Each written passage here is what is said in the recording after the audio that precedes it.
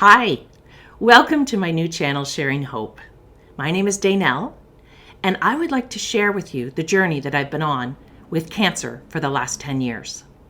10 years ago, I was diagnosed with invasive ductal carcinoma, which is a type of breast cancer, and I was diagnosed as stage 4 because it had metastasized into my right iliac bone. So that means that I had breast cancer in my bone. That's what happens if you have a type of cancer and it spreads to another part of your body, whether it's your bone or your liver or your lungs.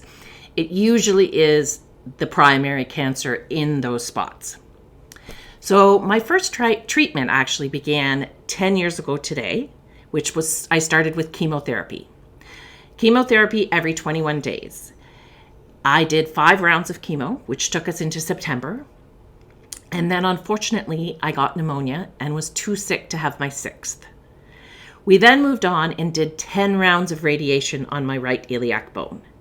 After that, I had a double mastectomy and then 25 rounds of radiation on my left chest. From there, 2 years later, I had deep flap reconstructive surgery. And then 3 years after that, I had a full hysterectomy. In between and all along, I also had a hormonal treatment called Herceptin. When you have metastasized breast cancer, often they will keep you on Herceptin if you are HER2 positive. Something interesting about me is that I was not HER2 positive in my breast, but the right iliac bone was HER2 positive. And that was something that they just discovered in 2011 was possible. If it metastasized, then it could turn into HER2 positive. So I'm a pretty lucky girl that they caught that. So I have had, as of last Saturday, 165 Herceptin treatments. So I go every 21 days. I go on a Saturday because the parking's cheaper.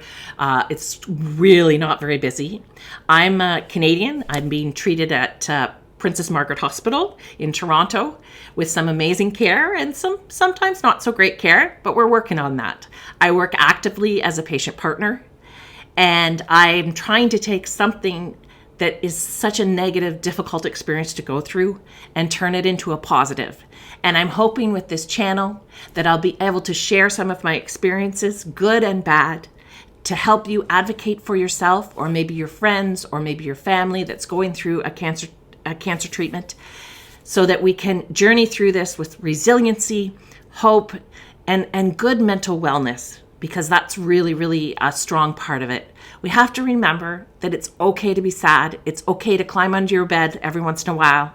As long as you climb out, brush yourself off and carry on. My goal here is to share my experiences so that others won't have to suffer or go through them in the same way that I did. I really believe strongly in peer-to-peer mentoring. I think it's really great when you can connect with somebody who's been through an experience like this when you're going through it. It's hard with your family and friends because everyone's scared for you. But so that's what I'm doing. And I hope to help you all, or some of you that are having to go through this really, really difficult time in your life.